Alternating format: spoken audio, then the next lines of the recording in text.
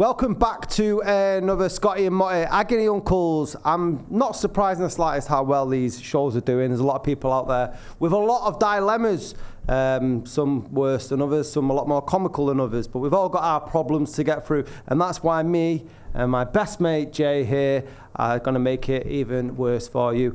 No, that's not the point of this, is it? I'm just glad that people have finally realised they need our wisdom. You know, once they need us to impart our wisdom. They've looked at us and they've gone, them two middle-aged, repetitive failures, they're the ones we need to follow. Yeah? They're the ones we need to emulate. We need to know how they got to where they got to in life, yeah? They're the ones for us. So people, to be honest with you, the problems have been flooding in, haven't they? It's been an avalanche. It has. Just let me start. That's probably the worst thing you ever said to me. And you said that a lot of things that really hurt. Because that felt true. All the others are because they're like water off a duck's back. And I thought, the man's hurt me alive. We're in this together, bro. That's why we do this. We're in it together. Yeah. Like, it won't work if one of us had been like plain sailing through life. And the other one, I don't think we'd have stayed friends if like one of us was like just making a success of our life and the other one just going from one disaster to another. We'd be like, oh mate, I need to cut him out. It's because we've both been banging about together in all sorts of trouble. But we have come out of it on the other side. Yeah, so we typify misery needs company. You do, don't we? Do you know what I mean? That's why like when I'm feeling bad and I'll ring Scotty because that'll. I know he'll be feeling bad as well, so we'll just moan together. We do, and if we had the rights, we'd use the Smiths, Heaven Knows I'm Miserable Now, for the soundtrack to this. But we can't. But what we can do is share our first dilemma of the evening. Alexa, if you wouldn't mind. Yes, this is the first one for today. So, my girlfriend insists on having her dog in the bedroom, and he sniffs around us when we have sex. It's a big problem for me. I'm 32 and she is 30. We've been dating a year. I can cope with her dog being in the bedroom at night, but not when we have sex. Her dog sits watching or keeps sniffing around us. My girlfriend isn't fazed by it. I love her dearly, but the dog is becoming a problem. Yeah, I like the fact he's put the ages here. Bit of context.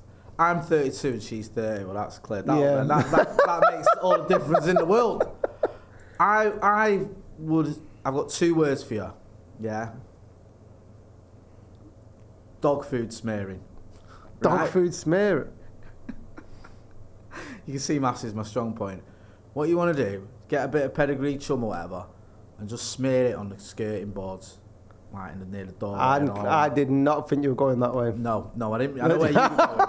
You were thinking genitalia, weren't you? I thought teach her a lesson. Exacerbates the situation, yeah? Smear dog food around the gaff, yeah? And the dog will be busy licking the skirting boards and all that and leave you alone to do your business. I will say one thing, though. That is a short-term solution. The longer-term solution is to sit your missus down and tell her to stop being a fucking oddball because this ain't right. That should be the first option, not like getting a paintbrush out with some chum around the bloody skirt. Can you imagine the conversation? What are you doing? I'm just putting... Like, the dog's out of the picture, you have a roll in the hay that's a lot better, and then you can say, look, see, this is what happens when the dog's not involved, which he shouldn't be anyway. Yeah, can you imagine if he doesn't perform? Like... What, without the dog? Yeah, without the dog being there. But do you think it could be some sort of kink? Right, have you ever watched The In-Betweeners? Yes. Where you can't masturbate in front of the dog. Well, who could? I couldn't do that. Do you know what I mean? That's the thing, innit? Like, I couldn't. With an animal there? No. I've tried it and it doesn't work. Not recently, but before anyone worries. But, like, when we had pets when we was younger, nah, bro. So your mum used to, like, as a deterrent, bought a dog? Well, we had rabbits. Right. No, none of that. Do you know what I mean? Even goldfish. I was going to say about goldfish. No, it just feels wrong. Do you know what I mean? I'm just not into it. Yeah. I feel like it's a form of, I don't know, like... voyeurism from the animal world. Like, they don't want to see that. No, but maybe they do. Oh, yeah, that's even worse if they did. Well, there's a dog, why don't you keep, like, sniffing around as well, which must be a little bit... You don't want a dog's nose in your ass where you... It's a bit freaky, innit? Do you know what I mean? Like, you're 2 steps away from having a menage a trois with your bloody dog. Hey. Come on, man. Just have the conversation, and to be honest, I imagine it should have happened once. A little bit of a wasn't expected. Oh, you've left Rex in the room. Yeah, and then after that, then Rex is there limbering up before it's time. She's like, hang on a minute. Wait a minute, just before we start, go and get the dog in. Whoa. Hey, we've left the dog in the other room. What we're thinking? Get him in here, get him involved. Yeah. Hey, nah, man, come on. Yeah. Have a word. Dogging is not the one. Give the dog a bone so you can go and get one. Nice. Alexa, what next have we got? My wife's agreed that I could name our child after one of Aston Villa's strikers if they go through to the FA Cup final. They're playing tomorrow, but my wife has gone back on her word. I'm 25 and I've been a passionate Villa supporter all my life. We are expecting a baby boy in July, and my wife promised I could name him Gabby after Agbonlahor or Christian after Benteke. My partner has denied agreeing to this. Is this grounds for divorce? I found this one in the paper and I thought it was too good to miss. I was about to say this is a bit old. Like, can I just say, right? If you name your child after Gabby and Agbonlahor, you want locking up. Yeah. Like, seriously. Unless you want your child to be an absolute fucking idiot, then you do not want to be naming him after that man who is, and this is difficult, it's a difficult bar to reach, but is the thickest person on TalkSport. Ooh, would you say that? Yeah. Yeah, and I've been on TalkSport, so there you go. That bar can't get much lower. Yeah, wow. It makes me look clever. No, honestly, like, Christian's alright because you can get away with it. Gabby, Benteke it feels a bit, doesn't it? Like, if you're a Villa fan and you're a Brummie or whatever, like, oh, Gabby, your kid's named Gabby. It's quite rare, isn't it? Was he revered as much as that though? Agbonlahor? Yeah. He was alright for a bit. I think he got a bit of a credit because he came through the academy. And when Martin O'Neill was knocking on the door a little bit with Champions League, they don't think they quite made the Champions League, but they were thereabouts. He had a couple of seasons where he did well, but he wasn't all that, and he fell off a cliff towards the end. Yeah. And he's just, I know, whenever I look at him now, he just typifies everything I hate about sort of clickbait, shock. He doesn't believe the bullshit he says, does he? Yeah, it's like Onana. Like, Onana made his debut, whatever, and he was laying into him. That's not going to work. Yeah. He's not going to, like, what are you on about? He's played like 90 minutes in his life for United, and you've already thrown him under a bus. He's just saying things for the sake of it. It's so transparent. And that can only have a short lifespan, though, surely. Do you know what I mean? Like, it can't last forever, that. It can't, and the thing is, right, like, I've called TalkSport talk shite many times, even after I've been on it. Like, I think there's a lot on there that's just nonsense.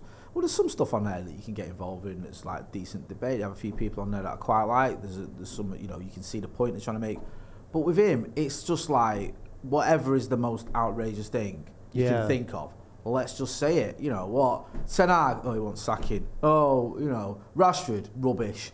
Do you know what I mean? Martinez, overrated. Just Casemiro, he's never done anything. It's just nonsense, just for the sake of it. What do you make about naming your kids after footballers? I've got people I know who have called their son George after George Best. George Ware. Wow. Which, I mean, was a really good footballer. I was about to say. But yeah, George Best, yeah. And who else? My brother's got dogs called Eric and Runa. You see, the thing is, I think you're all right if it's a retired player who's not a current. Oh yeah, because you don't know how that career is going to end. Imagine if you called. I know what you're going to say then. I'm going to say it if you want to. Let's say Ronaldo. Okay. I could have said Mason. I know where you were going. Yeah. And you would have been like, you named your son Mason, and then you hear that audio and you go, Jesus wept, what have I done? Or even Ronaldo, he sort of didn't exactly endear himself to Manchester United fans. But I think players like, even Rooney's gone a bit west. I know his comments about the Glazers, but I think he's established. But someone like George, can't go wrong. Georgie Best. You ever thought about doing anything like that? Me and my missus just went through it for ages trying to pick a name for my lad. And there was some suggestion. But the thing is, I was never that like, oh, I really want to name my son Eric or Roy. Yeah. Do you know what I mean? It wasn't really that. I wasn't really that sort of. A lot of my favourite players as well, like Andy Cole or Andrew, as he's known.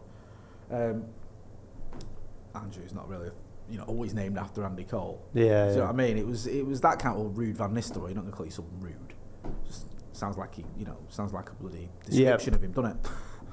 So yeah, it was never really a thing for me. I remember once we used to go on the bus with Q103, going to different schools, teaching them about apprenticeships and everything. I remember the kids used to put the names on the list, and one of the kids, and this was before he was ever the manager of United, this is just after he'd been a player, long after he'd retired, was called Ollie Gunner whatever. It was like Ollie really? Gunner. Yeah. And I thought it was a bit much, that, innit? I mean, I'm a United fan, but come on. Yeah. So, what about you? I've only got girls, so... But would you... Let's say the women's team would have been about then, or you'd have had boys. Boys, I always liked the name Paolo, of Paolo Maldini. Nice. I thought would be That's a good. decent I like one. that. Like And that'd be something. cool. Yeah. Do you know what I mean? Because it's a bit more than just going, oh, you know, Alex or Eric or Rude or Wayne or whatever. Having someone, it's a bit like, and also Maldini, he transcends teams, doesn't he? Like, you don't matter he didn't play for United, everyone likes him. Yeah, You know what I mean? yeah. I like Maldini, and I respect the fact that he wouldn't leave Milan. Kind of go, yeah, okay, you can get on board with that. So yeah, that's a good one. That. Producer Alexa, who were you named? Were you named after a footballer? No. Who were you named? Did you be named after anybody? I don't know. I think my parents like Alexei Sale. You know, Alexei Sale? Yeah. Comedian, it's good, isn't it? Yeah. Scouser. Scouser, socialist. Socialist. Yeah, Yeah. so I like Yeah. Alexei Sale. 'Cause they're quite. They like their socialism and that. You what? They like You're their. not a socialist. Well, you're Yeah. not welcome on this podcast. I know. We're far right. Did you Sort vet of- him? No. We're like Next you'll be telling YouTube. me you don't vote Conservative. I'm not woke enough, am I? Yeah. No, yeah. You should have come with your woke pass. Yeah. No, I like that. Alexis Sale, yeah. I mean, Yeah. he's another one who, you know, despite the fact he's a Scouser, he's all right. So yes or no? Name your kid after a footballer. No. Is it grounds for divorce? You get away with it if it's a retired footballer. Yeah. And there's better players who play for My Aston Villa, friend named surely. his girl after Georgie Best, after George Best, Yeah. Georgia. So I get it. That's a nice twist. isn't it? Yeah, it's doable, isn't it? But yeah, I'm not into like naming. Imagine you name your kid, like, you know, I don't know. Even if you name your kid Marcus, now you might end up regretting that. Yeah. Because you never know.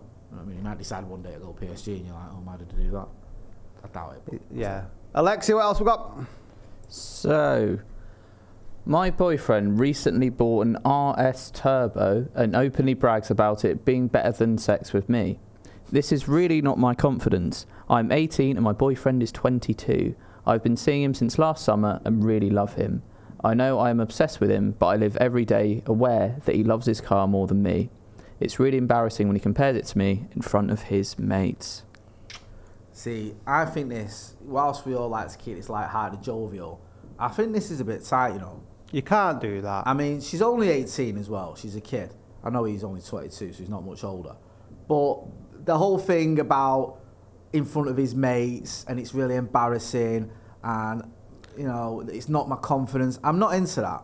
It's bullying, and Yeah, I think you should have more respect for your girlfriend. And I don't know about you, but when you're in a relationship, you shouldn't be talking about your sex life in front of your mates. No. I understand the whole jovial jinx, like if it's a one-night stand, you talk about what happened last night sort of thing, a little bit. But that's bad news. That's bad form. I think what you should do, is key the fuck out of that car and dump him. Yeah. Say, you know what you should do is say, like, well, you may drive an RS Turbo, but you fuck like a Punto. Boom. That's there you it. go. Or Corsa. Or Nice. Yeah, there you go. Do you know what I mean? That'll teach him. Yeah. And then key his car. Yeah. And then Keys car. Sorry, What was your first car? It was a Deo Matiz. It's a noddy car. Right. That's how bad it is. I remember chatting to my friend in the queue in the airport, and I said to him, like, I just bought a car just before we'd gone to Zandi or somewhere, I can't remember, one of the Greek islands. And he said, what is it? I said, you don't want to know. You don't need to know that. I went, nah, come on, don't be like that. So I went, Deo Matiz. And there's two girls in front of us in the queue started laughing because they knew what the sort of car it was. I was like, I got it cheap. You know? Yeah. Well, I did, but I got it for like 400 quid. I was using it when I was in London. I was living in London for second year at uni. I was living in Essex actually. And I was driving it to work. I was working in Romford, living in Ilford. I drove it back home a lot. I was coming back to Manchester like every other week or whatever. I put about 15,000 miles on it and sold it for what I bought for it. So it didn't. That's decent, you know what I right? mean? Yeah. It was happy days. Yeah. What was yours? Fiat Punto. That's alright. My mum's Punto. I bought it You're first. so Italian, aren't you? Yeah. You are, yeah. It was a shit car. It was alright, like, I suppose, but I didn't And she wanted full whack for it as well. Like, Really? got it valued for how much it should be on Auto Trader. I mean, these are the parents. My dad would charge me for a bath now and I'm back at I home. love that. So. You know what? Damn right. You know what I mean? It's a business, not a charity. What, being a Scot? Right, anyway, what's next, Alexa? So, this is quite a hefty one, this. Go on, son. Go on, lad. My boyfriend and I are keen to settle down and start a family. Everyone says it's too soon, but what do they know? I'm 19 and work in a bar. He's 21 and he's got a good job in a service centre. I met him at a party on Christmas Eve. I'm head over heels in love with him and he feels the same about me. I've been with him now for 2 weeks, but I've known him for more than a month. I'm moving into a flat with him next week. We texted each other the other day about having a baby and know our minds. It's what we both want. Am I moving too fast? No.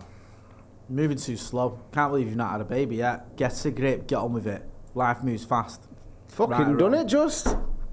No, I shouldn't joke. Nah, I think, A month? In all honesty, listen, if you love each other, you got your whole life ahead of you, you don't need to rush into it. Yeah. I mean, you don't need a baby straight away. How do you know you love each other as well after a month? I don't think that's enough time. I think love needs to be tested to ensure that you really do love someone. Okay. Like, yeah. you need, because you're going to have hurdles down the road, aren't you? You've got to get a bit of wear and tear. What's the survival kit like on this relationship? Yeah, this is it. If you've been at a point where you're ready to both smash each other's heads in. Yeah, and then refrained. Refrained. And then, And then got the, justice system involved. And then, rekindled love. Got out of jail and got back together. That's love. That's love. That is true. That's how you know you love one That's another. how you love, right? Yeah. You know you By love. separating in extreme circumstances. If you both stood next to each other on the burning embers of what used to be the house you shared. Yeah. In cuffs. In cuffs. Kitchen knives on the floor. And you still love each other. You still look at each other with that attraction. That's love. Yeah, that's it. So, don't rush into it, man. You listen, like, you're young, you've got all the time together. And also, the best thing about when you start in a relationship and you're young and you got all that stuff, doing stuff together that a baby sort of hinders you in doing. So travel together, do some stuff together that... It's a big world out there. Yeah, man, because it's like, listen, I don't regret at all having my children. I love them all. But I was quite fortunate I had them later on in life, so I wasn't like curious about... Get some mileage under your belt, man, before my only sort of slight regret is that me and Vaughan and my missus didn't do more stuff together. Before you had. Yeah, but the payoff is well more than that would have been. Yeah, of course. Zanny or whatever together. Just do some stuff together, enjoy sort of going out, spending time with each other's company, and then further down the line, there's plenty of time, especially as well, you 18 working in a bar, so it sounds to me like, you're not even 100% sorted out what you might want to work in a bar for the rest of your life, or you might not know what you want. There's a lot of changes between the age of 18 and out on 25. Fucking hell. In there, there's a lot of masks you try on during that time. Yeah, man. I can't remember. I think I was working at the benefits agency when I was 18. Yeah. At agency I worked at, and then was it around then we were working at Mally, wasn't it? No, I was 22 when me. Yeah, it's between 18 and 25. And even that was a bit from 22 I sort of made an attempt to get my life in order. Yeah. How's that working out? It's work in progress. Yeah. You know what I mean? We all are. Yeah. Still got, I'm not grown up yet. Still time. Alexa? So this is the final problem for today. I'm a 35-year-old man. My wife has a strange habit of urinating in the tea she serves guests at our house. She says it gives her a kick. Though I was shocked at first, I've started enjoying it too. In fact, I do the same when making tea for guests. I've heard that drinking tea is not harmful. Is it safe to continue doing so? Right. So what? They piss in the kettle, basically. They piss in the tea that they serve, right? I do the same when making tea for guests. And he started enjoying it. And obviously, the people that are drinking this are enjoying it. Because you notice you were drinking piss. I don't know, I've tasted some bad brews. What? Urine in them? I don't know if they've got urine in them, that's what I mean. But you've had brews where you go, that tastes like piss. You still drink it. Piss. You've taken... You talk piss. It tastes like shit, and I've tasted shit. You talk shit. Listen, I think you're very, very lucky to have found this woman because you're both a pair of utter freaks. I'm always amazed by people who fight like the magnets. Have Yeah. these, where do you like? If I pissed in our kettle, like deliberately, Yeah. and served it as tea, my missus, right, we'd be done. Like, like I put up with a lot with you, Jay, but that is not. Yeah. Or probably vice versa. You know what I mean? Like, if she was like serving cups of tea with pissing, I'm like, nah, listen, I'm all about the crazy. And I love a bit of crazy, but there's a line and we've crossed it. If we were in it together, That's like cahoots. yeah, what is going on there? What did they just message in to show off, Alexia, or did they have an actual question? Well, they were just kind of trying to get a gauge of whether this was a normal thing and whether they should continue with the pissy tea. I can't believe, right? If you were out at someone's house and they pissed in your tea and served it you, like, you would never go back there. But what if you didn't know? That is absolutely minging. What if you didn't know? You must know. Like, everyone knows what piss smells like, at least. Come on. Did you reckon? Yeah, but if you boil it, right. like, what does she do? Because I mean, it's a bit easy. It's a bit easier. Is the piss added? Is it boiled? That's what I'm trying to say. Is the piss in a kettle or in a cup of tea? Well, but if you're a woman, it's a bit harder to piss in a cup. Yeah, that's true. See, what's she going to do in the kitchen with her leg up? Like, if there's a bloke, it's just whipping his dick out and putting it in a. Maybe she pisses in a bottle. And she's got like she keeps it in the fridge. Pre-prepared piss. This is well thought out for the tea. Yeah. And it's a bit like, and he can just fucking get his Johnson out and piss in it. What was going through? Like, you're in the kitchen. You brought the Joneses round. Yeah. Like, and she's like, I'm gonna do it today. I'm gonna piss in the tea. Yeah. Like, what? Do you know what though? Some people, have you ever been into urophilia? What? Urophilia. No. It's not for Is me. that a thing? Like scatting. Scatting? That's where they shit on you, innit? Oh God, no. Yeah, but pissing on each other and all that is a thing in some. I've heard about houses. it. Not in Yeah. ours, by the way. I hasten to add. Not for me. Bit dirty that. Yeah. Do you know what I mean? I've pissed in some stupid places when I've been out, yeah, but not deliberately on my partner while she acquiesces. There was a guy called Russell. He's passed away now. He used to drink in the church when we were growing up. And he told us about that. And we were about 21, 22 at the time, so this is all, brave new world. And he goes, yeah, get home. And then I piss her, and she pisses on me. And I'm like, the fuck do you mean? Like, what about the carpet? And he goes, we go in the kitchen on the lino. And the reason behind it, he said, because it's the friction when they're on top of each other, it helps the lubricant. I was like, okay, that was his justification. But again, even that, like, how do you broach the subject of, I'd really like to wee on you?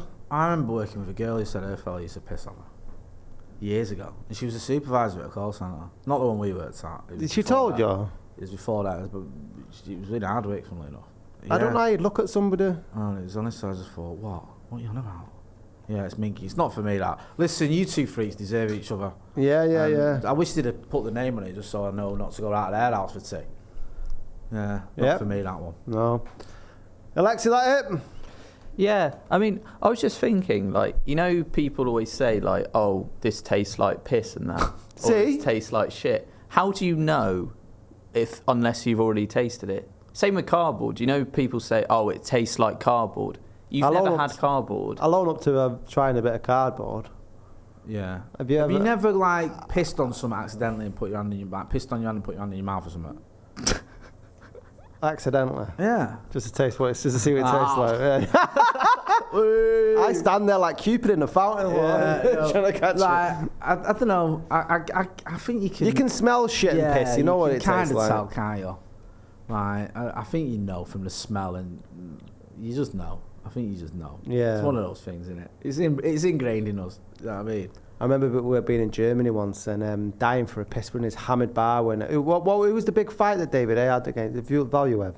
Yes. So we went over to Germany to watch it. The giant geezer. Yeah. And there's this hammered bar, and I couldn't be asked going back out, so I've found an empty pint pot, pissed in it, put it back on the table. My mate Glennon's picked it up. You know that it's warm. You had fun for this, you. I did have fun for this. But you've done this with me. Yeah, in a pub not a million miles away from me. I could never be asked going back to the bar, so I'd always piss in the pint. And I know it'd be like, I remember when you did it next to me, and I turned and I thought you got another pint. And I was like, oh, I'm all right, Jack, sorting yourself out here. What's happened to the rounds? And then I realised it was steam coming off it.